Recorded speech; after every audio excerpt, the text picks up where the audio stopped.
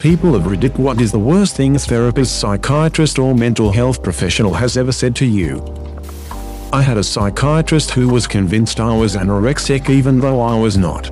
It really sucked because my therapist and my psychiatrist worked at the same company and they had a policy where they do not help people with eating disorders. So even though I went to a specialist and they confirmed I did not have an eating disorder, I was still banned from that facility and lost my long-term therapist. Had a policy where they do not help people with eating disorders. Why? Therapists can be specialists or avoid disorders they have trouble addressing or treating. This is not inherently a bad thing. Think of it like specialist physicians. Would you want a brain specialist doing your heart surgery? This is a general statement about mental health care professionals.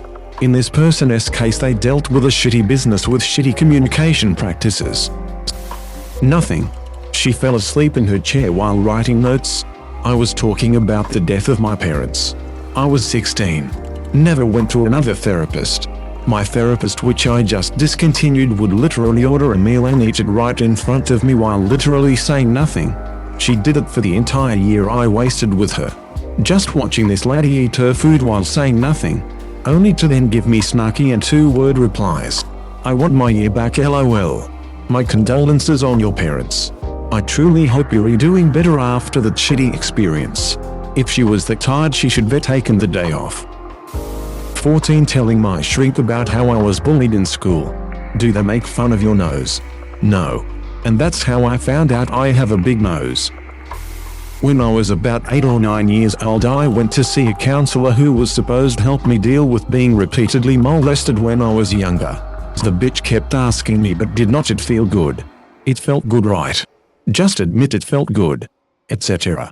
Until I was a sobbing mess. When I told my mom, she refused to take me back. Thankfully. To answer a couple of questions. 1. I'm female and the therapist was also female. Which made it all the more difficult to deal with. Coming from a woman.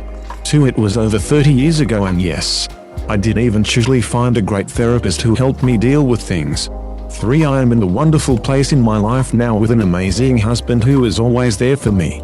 No matter what, and is a great comfort on my occasional bad days. Never pushing and always willing to listen. He is a truly beautiful and kind soul. 3. I know I am one of the lucky ones among survivors of assault. Being able to trust again. And I'm thankful there are so many kind people like all of you. Lots of love to you all. When they say things like, okay, I understand how you are feeling, thank you for telling me, but proceeds to ignore most of the things I've said. Ugh, I hate that. Sympathy is not empathy. Rephrased based on what you have shared. I think I'm starting to understand what you have been through. Thank you for telling me. Now you said X. Would you like to explain that further so I can better understand? It's called motivational interviewing, and that specific technique is reflecting and clarification to ensure the client is able to fully explain their meaning without the provider assuming anything or ignoring the person's statements. I was dealing with a lot of family issues at the time, and my ex had just broken up with me that week, so I was taking it fairly hard. My therapist said it's because they found someone better, and when I said no and tried to explain, she just dug in deeper that my ex had dumped me because they found someone better than me. That my dad was in heck after committing suicide. I was 12. I ran out of there faster than anything.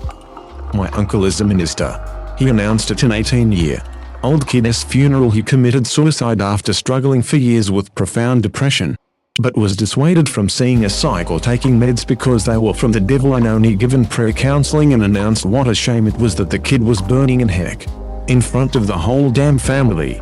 Edited to add because people keep asking, commenting. The parents were not outraged because they shared the same beliefs. These parents are the ones who prevented their own son from getting medical help and just sent him to prayer meetings instead of actual help. I did also like to share what finally made me extricate myself from this part of my family. About a year or so after the funeral, I overheard my aunt tell my uncle he needed to pick up his Valium prescription himself. Valium? I asked. Yes. You see, he gets very nervous before preaching to large groups and his throat muscles feel tight. So his doctor prescribed Valium to help him with this anxiety. WTF. So it is okay for him to take something for a condition that is all in his head when he should just follow his own medicine of trusting God to help him do what God called him to do, but anyone else is forbidden from seeking medical help for their condition. Not me, but my late father, and I am still pissed off. My brother, his only son, had a nervous breakdown after our mother died. He was good, through and through. It was like losing two people at once. My father believed, sadly, that my brother would find his way home, but he never lived to see him again. We know he is alive out there. Now, I worked in a funeral home that assisted a coroner's office. If someone passes away, they can take the fingerprints to identify them. Bottom line is, there are many ways that they can identify a deceased person. My father was a trucker, blue-collar kind of guy. When he'd lost his leg, he lost his ability to work and he hated it. I am convinced he would have preferred to die in his truck, a provider. But he was a good father and loved his children. The therapist asked why he was depressed and he said he misses his son. She said, "You know, there is a good chance he has been dead for a while. Yet you have continued to live." He was quiet when we got into the car and I knew something was wrong. Finally he told me. I called the therapist and asked her where the duck she got off putting that idea in his head. The man had lost enough. He refused further counseling. Who could blame him? Man, so many of these replies just kill me as a provider. Giving this professional the benefit of the doubt. Maybe they intended it more as even if your son may or may not be doing okay. The important thing is you are a survivor and have managed to get to where you are. And you appear to have some loving family members who are. Glad you are there for them and still here. Totally different type of focus. It addressed the ambiguity of not knowing while recognizing the dignity of a person who has survived extreme loss. And focuses on the future. Thank you for saying that. It is funny how as I got older I became his protector. The thought of him thinking his son is rotting away somewhere hurt so badly. I am a psychologist. It is amazing how therapists do not know how to talk to patients. That therapist should have said something like, "It must hurt terribly. And it is a particularly terrible pain that you do not know what happened to him." The therapist rushed to a later part of treatment. That is what I think and what happens all the time. Maybe much later. After giving this poor man all the compassion and understanding, it would come up naturally that he still has life to live. But you do not impose that on a client. Ever. But particularly not at the beginning. Just a lot of truly unskilled and unempathic therapists out there. When I hear what my clients tell me about their former therapists, it is amazing. And the therapists seem to be smart and well-trained, but there is something missing. What I really think is that counter-transference, the feelings that the client evokes in the therapist, but are too painful for the therapist to deal with directly without training, is at work. The therapist could not tolerate this level of grief. So, in the name of compassion, they tried to rush this grieving man into their version of health. Glad your father did not go back. At the time, I moved from Berdsk, a small city in the region, to Novosibirsk. In the new school, preventive conversations were held with a psychologist. All the children told about their dreams, hobbies and shared their views on life. I said that I love rock and would like to spend my youth traveling or working. Apparently, the psychologist was not impressed. In front of the whole class, she said, "Are you from Berdsk? That explains why you are so weird. Everything in your city is not of this world." Interpretation of an offensive phrase in Russian, hinting that you are crazy. This is not weird. The job you described is a real job. In the US it has a major union. It is not weird at all. If you love rock and want to work and travel, that is actually describing stagehands. Every live show needs stagehands. It is not weird at all. It is a normal job with weird hours and maybe travel. You didn't need someone to cut you down. You just needed someone to tell you stagehand is actually a job that involves all those things. Go back to work. You'll be fine. You don't need different meds. 3 times being sent home and psych ward visit later. Let me guess. Diagnosed with depression unipolar. Prescribed an SSRI-type antidepressant. Turns out you have bipolar depression, and without mood stabilizers the SSRIs sent you into a strong manic episode. Edit: if you are depressed and thinking about taking an antidepressant, talk to your doctor about trying a low dose of lithium first.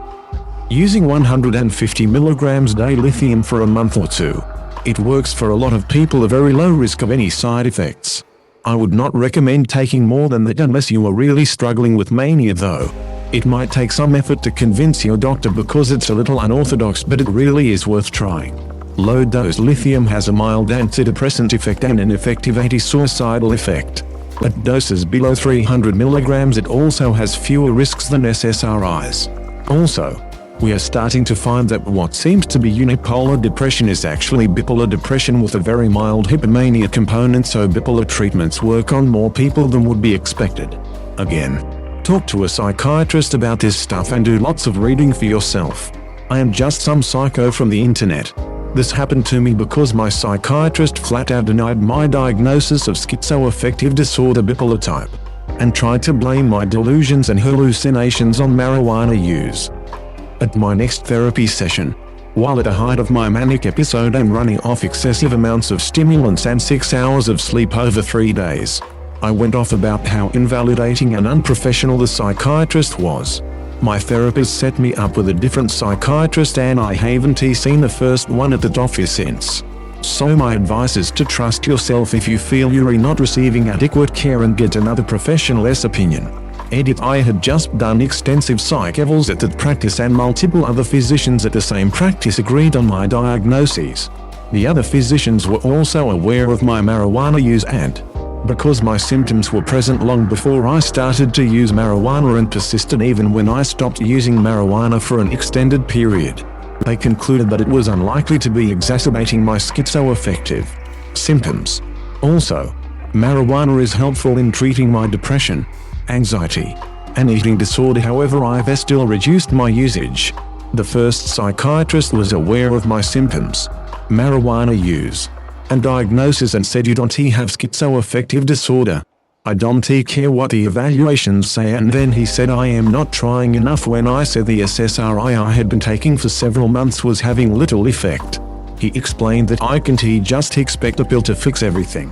I've been dealing with this shit for years, so I already know this, but at this point I've already shut down and I am just agreeing to whatever he says so I can go home. The excessive amount of stimulants part came from the impulsivity that mania causes in many patients. I would not sleep but I felt tired, so I just started mindlessly popping my adhd meds like candy every time I felt like I was crashing. I appreciate all of the comments explaining the nuances of mental health and substance use. I should have made it clear that many of the things the first psychiatrist was denying or arguing had already been confirmed by multiple other doctors and that I already had a diagnosis when I started seeing him. Since seeing the new psychiatrist, I feel a lot more comfortable with my treatment and I feel like I am making progress. That state of modern psychiatry is very underdeveloped still, and people think science has it all figured out. You just pop whatever pills the doctor tells you to and then boom, you are normal again. The truth is that doctors can be wrong and even a second opinion can be misleading. Too often even the correct treatment is not really going to fix things, it's just trading one set of symptoms for a bunch of side effects that are only a little better. A couple of years ago, my partner was trying to find a therapist. In the first few appointments, this woman told her that if she didn't start doing certain things, I'd burn out and leave her.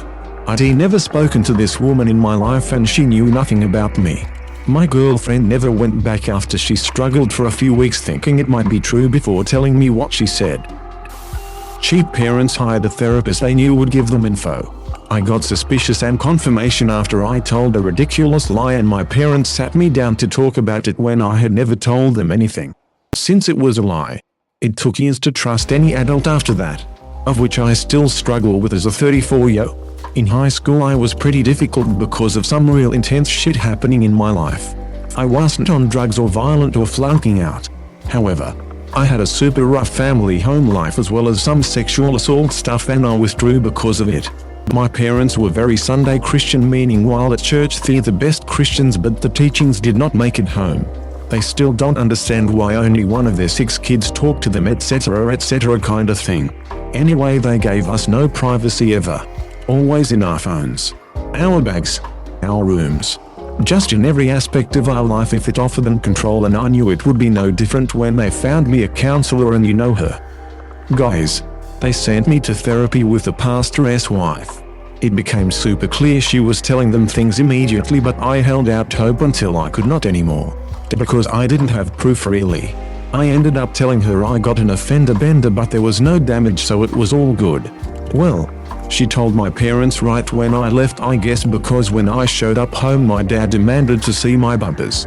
They won't admit what happened to this day. But they never made me go again. So there is that. At least. Also I guess this turned out mostly about my parents, but duck them and that counselor too. That there was no point in continuing therapy because I was emotionally devoid and was wasting her time. It was a licensed therapist that I was referred to by my doctor after an emotional breakdown, ironic much. Her comment came on our third appointment. We had never clicked and she had made judgmental comments about my parenting choices in the first session, so there wasn't any trust there. I've since found a new therapist who was amazing, and now, 5 years on, I have left a toxic marriage, dropped 2 of the 3 meds I was taking, and am loving a genuinely happy life. While her comments initially stalled me and left me feeling that there was no hope, I am now genuinely happy and loving life. I am also halfway through studies to be a counselor myself. Yuri taking up someone else's space.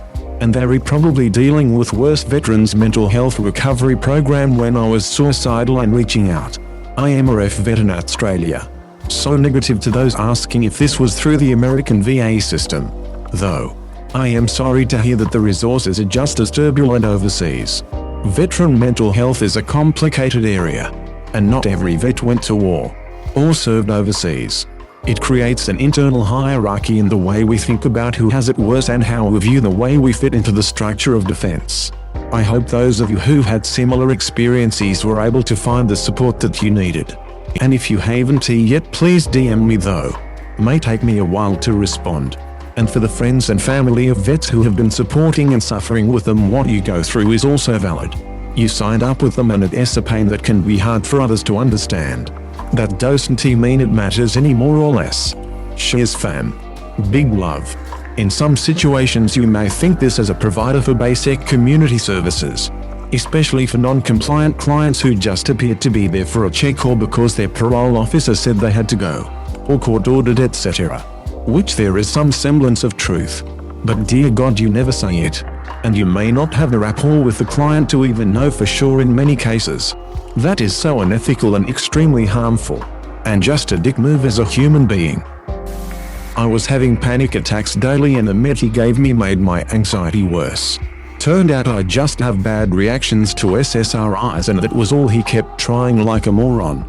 Anyway, I am in his office and he seems to be taking it personally that all the SSRIs he has put me on are giving me seriously bad side effects. Have you just given up then? The ducker asks. Do you just want to be like this the rest of your life? Obviously ducking not. That is why I am in this office trying new medications. I was so angry and yet also having a panic attack at the same time. I ended up just walking out and finding a new psychiatrist later. Thanks for watching. Consider subscribing for more videos.